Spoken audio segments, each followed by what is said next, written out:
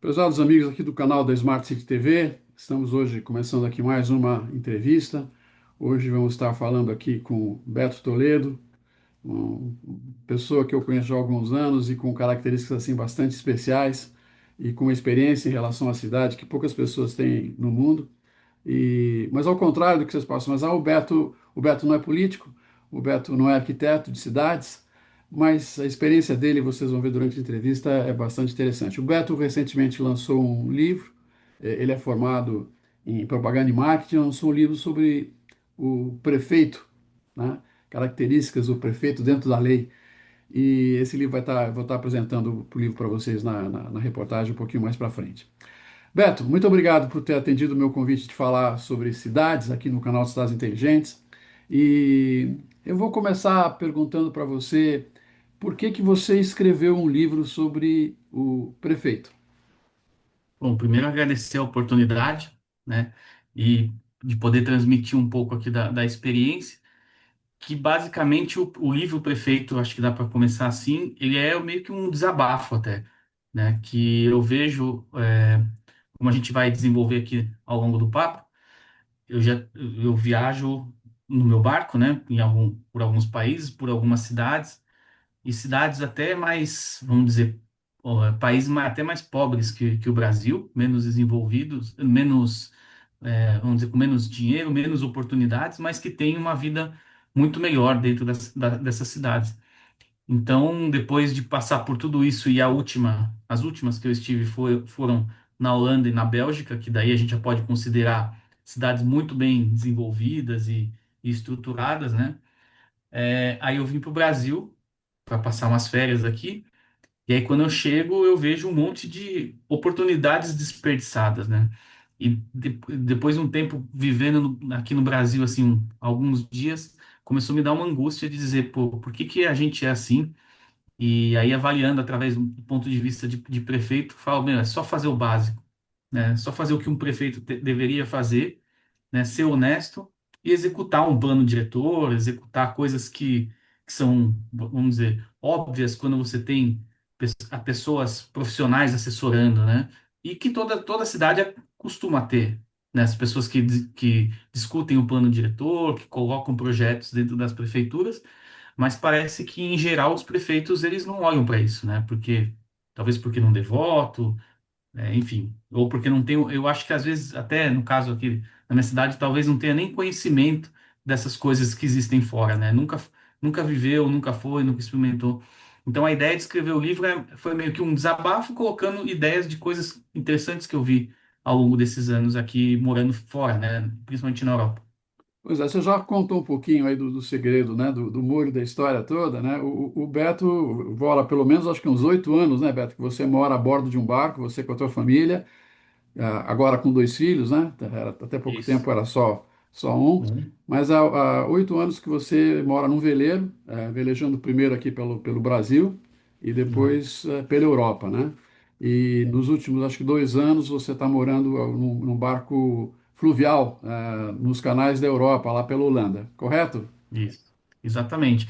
Então foram basicamente 6 anos de Mediterrâneo, podemos dizer assim, pela costa, né? E hoje com os barcos de canal, talvez isso tenha me incomodado mais a questão das cidades, porque o barco de canal na Europa, ele passa por dentro das cidades, né? Então, pelos rios ou canais que foram desenvolvidos, que inclusive as cidades que eu tenho passado por conta disso, elas se desenvolveram por conta dos canais, né? Ou dos rios que passavam ali. Então, cidades importantes, como Roterdã, que tem um rio muito importante que se conecta com o oceano e depois vai para dentro de toda a Europa, tem um dos portos, né? Acho que se não é ainda o maior porto do mundo, mas é um dos maiores portos do mundo, super movimentado. Então, por estar navegando dentro das cidades, acho que isso trouxe ainda mais esse incômodo, assim. O que que você vê de mais diferente entre navegar pelos rios da Europa e o que a gente tem aqui nos rios do Brasil, tirando a poluição? É assim, a Holanda tem um controle muito bom das águas, mas nem todos os rios lá também são zero de poluição, né? Eu acho que isso é uma coisa que ainda está todo mundo desenvolvendo, Mas o principal daqui é que, assim, o rio, né, que eu vejo em São Paulo, tanto o Tietê, o Pinheiros, ou aqui em Sorocaba, o Rio Sorocaba, e outros rios que eu vejo por aqui, eles são basicamente, eles não fazem parte da cidade, né? Eles não eles mais atrapalham do que ajudam, né, na visão do cidadão, né, de um prefeito, porque transborda e alaga e tal. Então eles olham para o rio mais como um problema do que como uma solução. E quando eu navego lá na Europa, os rios e os canais, basicamente, eles são o que moldaram a cidade, né? Então, assim, pelos rios que chegavam as mercadorias ou que iam embora a produção, passageiros, turismo, lazer, as pessoas estão o tempo inteiro lá andando de caiaque, nadando, tem o esporte, tem toda a interação. E no caso da Holanda, inclusive, os rios e os canais lá, eles funcionam para não alagar a cidade, né? Então, são tudo controlados por comportas, por monitoramento.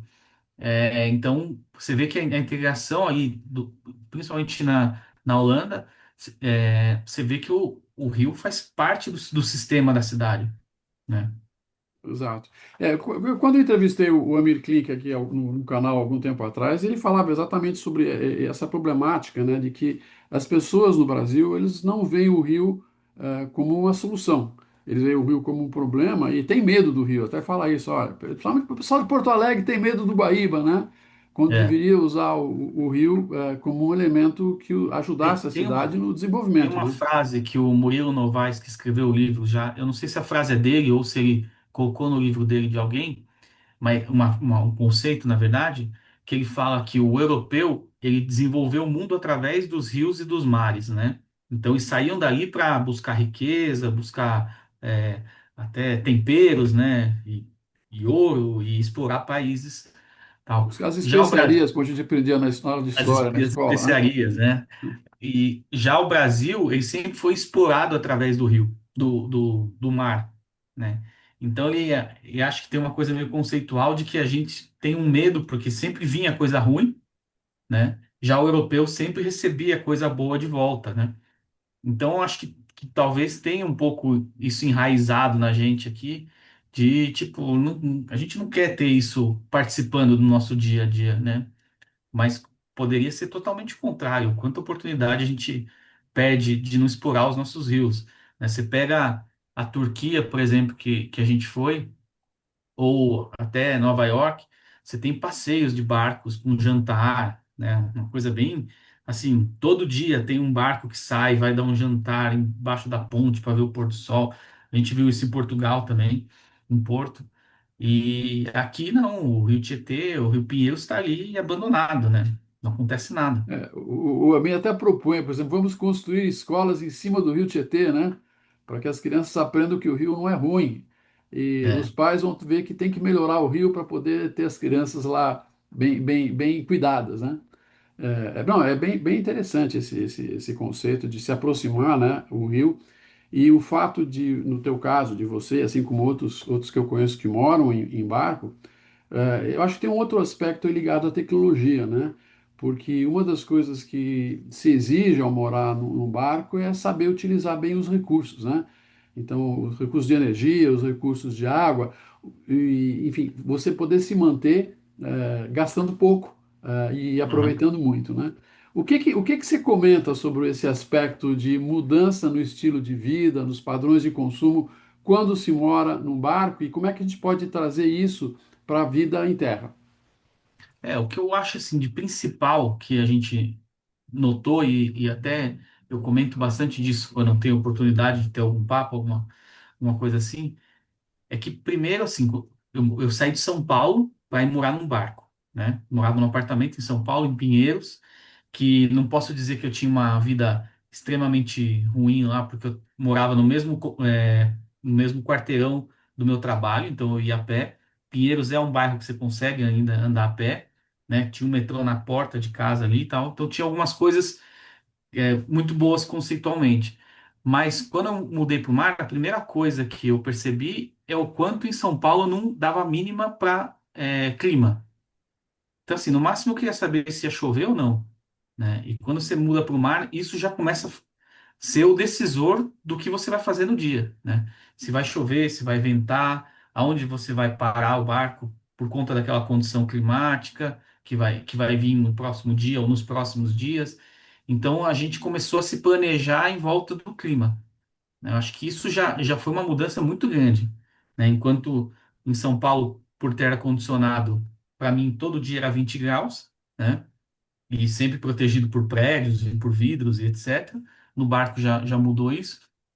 Outra coisa que a gente começa a perceber é a coisa de abrir a torneira e a água vem, e a gente nem fica imaginando por todo o lugar que aquela água passa e como que ela chega até a gente, né? Já no barco, a gente gastar muita água, muita gente fala, é natureza, preservação do meio ambiente, mas na verdade é porque quando você tem que encher o tanque do barco de água, sempre é um trabalho muito grande, entendeu? Então, no Brasil, inclusive, que não tem muita estrutura, a gente tinha que sair com galões de água, cada um com 5 litros aí na mão, buscar água em algum lugar, às vezes pedir para uma casa, às vezes pegar de fonte, né? E encher esse galão, depois ir para o barco e jogar tudo isso no tanque. Então, só por conta desse trabalho todo, você já começa a economizar água por padrão, entendeu? Até o pessoal que vai fazer charter comigo fala, mas tem que tomar banho de canequinha, não sei o quê. Se a gente não for parar em marinas, tem. Porque senão perde metade de um dia só para abastecer de água, né? E no começo as pessoas acham que coisa chata, não sei o que e tal, mas depois elas começam a economizar por ver o trabalho que dá, né? Sim, Então, eu acho que por ser muito cômodo como a gente recebe água nas cidades, não tem como conscientizar uma economia, uma conscientização a não ser que suba muito o preço, como é na Europa, né? E aí a parte de energia é a mesma coisa, né? Você começa a fazer conta dos equipamentos que estão ligados, né? Você começa a desligar a lâmpada, você desliga o computador assim toda vez que pode, né? No nosso caso que no primeiro veleiro que era mais limitado, a gente tinha pouco painel solar, então a gente carregava tudo de bateria até o meio-dia, porque é onde tinha mais sol, então você começava a se planejar dessa forma, né? Mas por outro lado, quando você consegue organizar tudo isso, então assim, hoje no barco que eu tô, que tem muito mais estrutura, né, com bateria de lítio, muito mais painel e etc, que eu chego a ficar de abril, maio, mais ou menos, até outubro, novembro, sem precisar me conectar na energia, né, totalmente autônomo, usando tudo, air fryer, máquina de lavar, máquina de secar, enfim, micro-ondas, máquina de lavar louça, etc. Quando você começa a ter toda essa estrutura de autonomia, você começa a pensar quando vem para uma cidade e fala assim, mas por que que eu estou usando energia da rua, entendeu? E não, né, eu chego para todos os meus amigos aqui, fico até provocando eles, principalmente os que moram em casa, e falo, "Pô, absurdo, você está pagando R$ 2.000 de conta de energia, que na verdade não são R$ 2.000 de conta de energia, porque você tem 30, 40% de imposto em cima disso, né? sim. Então nem é só a energia que você está pagando, e não colocar um painel solar. E aí, quando eu falo e explico, eu vejo que mesmo pessoas com um bom poder aquisitivo, né, com um bom conhecimento, não têm essa ideia de que é possível, né, através dos painéis solares ou de você captar água da chuva, você começar a ter uma economia num dia a dia que é melhor do que o investimento em renda fixa, né? Eu fiz umas contas para um amigo, por exemplo, que estava dando 1,8% de retorno o dinheiro que ele ia investir em painel solar para ter energia, o quanto ele ia economizar de energia, né? E numa renda fixa, hoje ele vai ter quase 1%. Eu falei, então você vai Praticamente o ter dobro, quase né? Praticamente o dobro. praticamente o dobro. É lógico que não dá para investir todo o dinheiro que ele tem ali, mas fazendo um pouco de investimento, ele tem uma energia que, inclusive agora com carro elétrico, etc., você começa, não só, o mais engraçado é assim, não é só a economia financeira, mas é a não dependência, né, de um outro sistema, de um sistema da cidade, né, ou agora de combustível, né, porque com o carro elétrico você não tem o problema da gasolina que você vai comprar no posto e você não sabe se o cara está te cobrando exatamente os litros que você consumiu, se a gasolina é batizada ou não, enfim, todos esses problemas. Então, eu acho que quando você começa a viver isolado num barco, você começa a perceber que você pode ser autônomo, né? E aí, para minha família aqui, já coloquei painel solar, né? A gente já estimulou a parte de captação de água, pelo menos para jardim, para essa parte de, de não consumo, né? Sim. Para começar ter um pouco de economia financeira, mas também ter uma coisa de que não dependo tanto assim, né? Posso ser mais autônomo. Beto, você aprendeu isso fundamentalmente porque você foi viver essa experiência de morar no mar, né? Mas qual seria a receita para que a gente pudesse levar esse conceito, ampliar o conhecimento que você ganhou nisso, para o mundo de quem toma a decisão, para a classe política, ou para o que a gente chama em inglês os policy makers, né? Para que decisões pudessem ser tomadas no sentido de melhorar esses fatores e permitir uma utilização melhor dos nossos recursos naturais. Então, eu comecei a colocar até no meu Facebook alguns posts relacionados com o livro, né? No livro tem algumas ideias e também comecei a botar alguns posts, mas aí usando Sorocaba como exemplo, que é a cidade que eu tô, né? De coisas, por exemplo, teve um alagamento muito grande aqui, bem na época que eu estava aqui, e eu postei falando assim, ó, para não alagar esse lugar aqui, nessa praça, em frente de um hospital, inclusive do câncer, que chegou a alagar, eu falei, essa praça aqui, ela deveria ter um tipo um piscinão, né? Como alguns gestores já estão fazendo isso, mas não só um buraco que enche de água, né? Que nos outros 99% do tempo que não vai alagar aquilo, que também tivesse uma função de praça, uma função de anfiteatro, pista de skate, né? Esse tipo de coisa. E aí começou a cair isso em alguns políticos, pelos contatos que eu tenho aqui, assim. E o mais impressionante que eu tive, assim, que eles nunca olharam para isso, né? Tipo, eles nunca falaram assim, nossa, por quê? Fazer uma obra embaixo da terra não traz votos, né? Pensando do ponto de vista do político, né? É, Mas quando ele fala que ele faz uma praça, que as pessoas vão lá ver o pôr do sol, ou ter uma fonte, né? Até na frente desse hospital aí, eu falei que devia ser chamar Fonte da Esperança, as pessoas jogarem moedinha e essas moedinhas forem para o hospital, enfim, montar um monte de coisas juntas que também gere uma visão para o político, porque a gente sabe que muitos deles são voltados para isso. Aí alguns olharam e falaram, pô, isso eu não tinha pensado. Aí você fala, mas você nunca foi para a Europa, para os Estados Unidos, né? Porque tem tanta estrutura, né, desse jeito. E aí um deles até falou para mim, ah, não, acho que eu já até já vi algumas assim, mas eu não tinha me ligado que a função real dessa praça era captar água, né? Eu tinha visto e falava assim, nossa, aqui vai, se chover, pode encher. Mas ele não tinha pensado que era feito para isso, sim, entendeu? sim. E aí ele falou, puta, eu acho que aquela praça era feita para isso. Então você vê assim que eu não sei se é aprofundamento raso, ou se é falta de interesse, ou se só olha para o problema e não olha para a solução, entendeu? Às vezes eu acho que é muito disso também. O cara, né, o político, ele fala assim, ah, tem um problema do alagamento, mas eu vou ter que gastar muito dinheiro, ninguém vai ver isso. Então, É a famosa síndrome do túnel, né? As pessoas não constroem túnel porque ninguém vê, né? Só constroem ponte porque todo mundo vê. Esse é um é. dos exemplos clássicos, da literatura que se E aí, fala desse aspecto, né? Desse problema. muito dos exemplos que eu fui colocando ali, eu fui vendo que realmente é isso, assim. Pessoas até gestoras do SAI aqui, que viram aquilo e tal, falam, a primeira coisa que fala, ah, isso não é possível fazer. Aí você fala assim, não, mas essa cidade fez. Como que não é possível? Ah, mas isso aí é Europa. Daí eu falo, não, mas aqui, ó, o prefeito de São Paulo, junto com o governador, está fazendo na frente do Morumbi ali, exatamente o que eu estou falando, Sim. né? No Pacaembu, em frente ao Pacaembu, em São Paulo, já tem. Uma obra muito Exato. antiga, né? Foi o primeiro, acho que o primeiro piscinão que se fez em São Paulo. No Brasil, acho que foi lá o do Pacaembu, né? Mas aí colocaram estacionamento, né? É porque ali Que, precisava, ali não tem jeito, ali tinha feira, é, tinha estacionamento, já era, ma- mas dá mas para o que fazer eu outras acho coisas, com que eles certeza, né? o que eu acho que pelo menos os que eu conversei não enxergavam é que poderia ser alguma coisa mais politicamente visível, vamos dizer assim, né? Sim, sim. Então, mas eu vejo que, assim, em geral, eles não vão atrás dessas soluções. Eles ficam ali esperando. E tem o outro fator também da política daqui, que é o quanto isso vai me dar de retorno na minha campanha, né? Então É o tem chamado esse. retorno em votos, né? Então isso é um pouco. atrapalha, assim. Então, talvez, assim, eu acho que seja um pouco de desconhecimento, né, com um pouco de objetivo, que não é o objetivo de transformar a cidade, mas o objetivo de ser reeleito ou ir para outro cargo, né?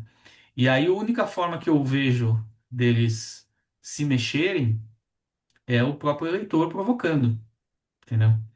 Então, quando eu coloquei um post lá e começaram a retweetar e inclusive marcar vereadores, um vereador veio falar comigo e transformou em projeto de lei, né? Sei que projeto de lei vai ser só mais uma lei que vai estar lá, tal, vai depender do interesse do prefeito de executar aquilo ou não, né? Sim. Mas se algum prefeito um dia chegar lá com essa ideia, pelo menos já tem uma lei ali que ampara ele fazer isso.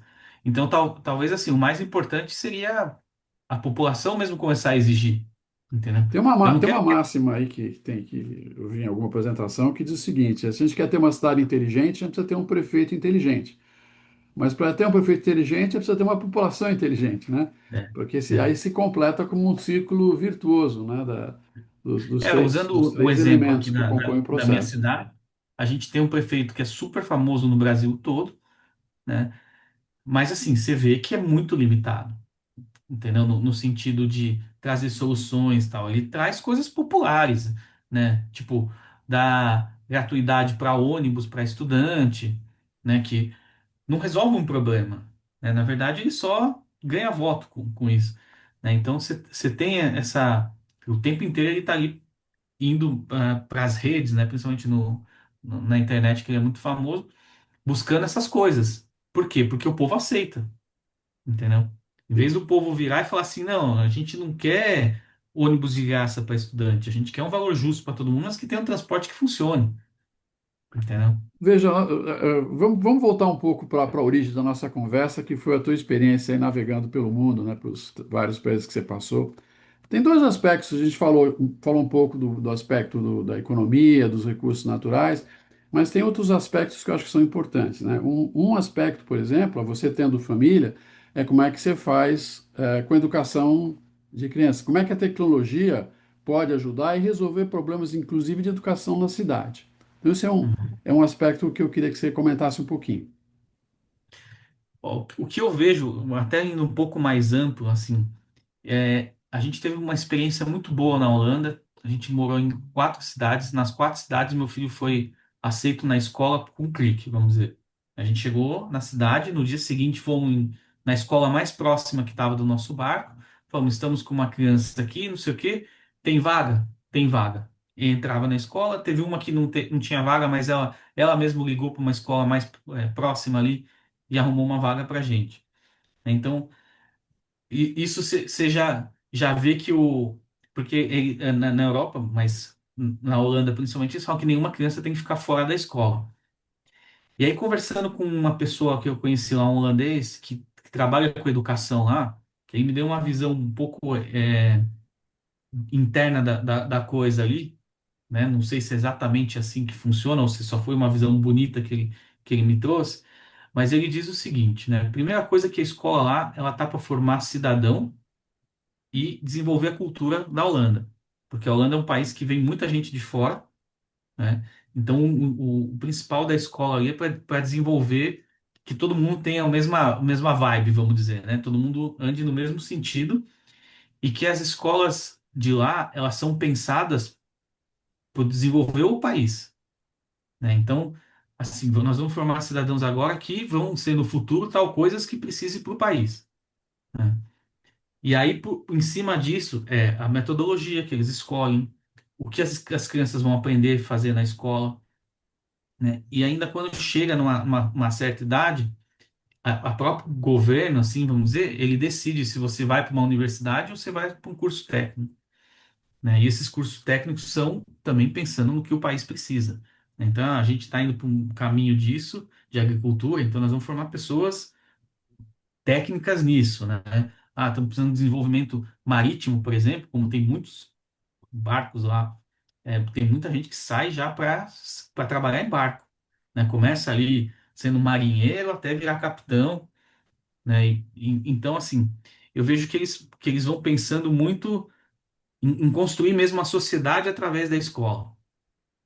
Então, a escola acaba sendo um instrumento, né, para desenvolvimento da sociedade, muito mais do que eu vejo aqui, que é meio que você manda o seu filho lá para se livrar dele um pouco, e a escola lá finge que ele está aprendendo alguma coisa, né? Então, baseado nisso, você já vê que. E aí, junto com isso, vem tudo. Então, as crianças estão aprendendo coisas que a gente não sabe ainda, né? Eles estão investindo nesse futuro. E quando o profissional, ó, o cidadão se forma na Holanda, ele pode praticamente trabalhar em qualquer lugar, porque as universidades são muito boas. Ele normalmente sai falando mais, assim, o inglês até falam que o holandês tem o melhor sotaque do mundo no inglês, né? Que é super limpo, todo mundo entende, fala assim, um sotaque meio neutro entre o britânico e o americano. Eles têm uma formação muito boa no inglês, mas eles sabem falando mais duas línguas pelo menos, né? Um francês e um alemão. Sim, Então eles podem trabalhar em qualquer lugar do mundo. E aí, para não perder esse holandês ou pessoa que se formou na Holanda para o resto do mundo, as cidades têm que ser muito boas. Então, assim, ele não pode sair da escola falando assim, quer ir para um lugar melhor. Não, a Holanda tem que ser o melhor lugar do mundo para ele ficar. Então, ele falou que o ele sistema de tem que educação criar é pensado. raízes onde ele está, né? Para O evitar a sistema lá de mobilidade, né? educação é pensado dessa forma, para assim, ele chegar e falar assim, tá bom, me formei agora posso trabalhar em qualquer lugar do mundo, para onde eu vou? Não, mas aqui a cidade funciona, eu tenho uma vida tranquila, eu trabalho pouco, ganho bem e posso curtir a vida, não tem problema de segurança, não tem problema de saúde, né? Então, eles constroem todo esse ecossistema para chegar numa coisa que eu achei muito legal, porque eu não lembro dos valores exatos, mas eles falam assim: o governo investiu para ele ter toda essa educação X milhões de euros, né? Mas nos primeiros 25 anos de vida desse cidadão, porque depois ele vai trabalhar 50 e vai retornar 3, 4, 5 vezes mais do que o governo investiu, né? Perfeito. Então, pensando num sistema de governo, é um negócio muito bem arredondado, né? Correto, correto. Beto, olha, o papo aqui a gente podia ficar horas falando sobre temas que é apaixonante tanto para você como para mim, que é falar de cidades e políticas públicas, e como é que a gente pode melhorar todo o processo de educação, o processo de aprendizado, tecnologia, enfim, nós temos muita coisa em comum para falar, mas o tempo nosso aqui na CTV é pequeno, é curto, estamos quase chegando no fim.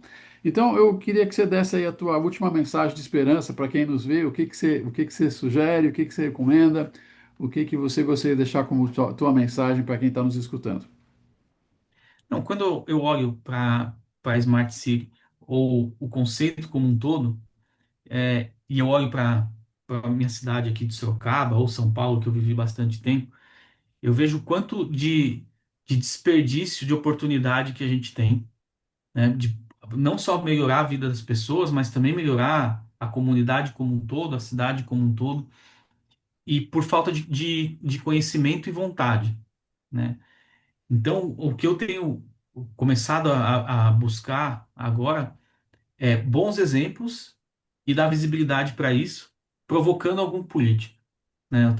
Eu tô fazendo isso. Então, a ideia do livro foi essa, a ideia de quando eu posto alguma coisa em Facebook é essa, lugares que eu tenho ido. Dei uma palestra recentemente no Bolt Show e falei dessas oportunidades desperdiçadas dentro de turismo náutico, por exemplo, quanto isso poderia gerar. Já falei do nosso rio aqui, que, enfim, poderia ter muitas coisas acontecendo.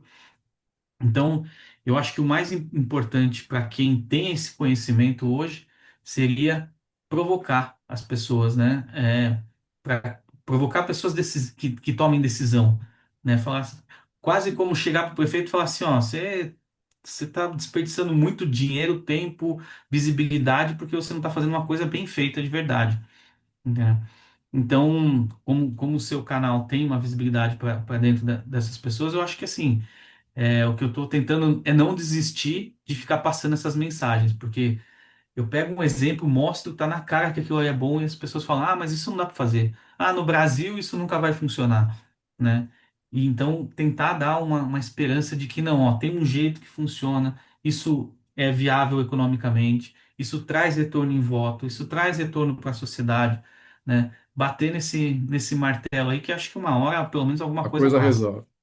Beto, Muito obrigado pelo teu tempo.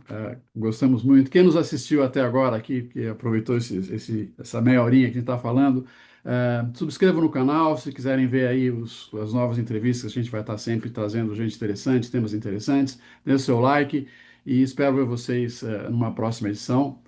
Beto, obrigado. Até a próxima. Vamos nos falar de novo. Imagina. Tá bom? Sempre que precisar, é só chamar. Ok.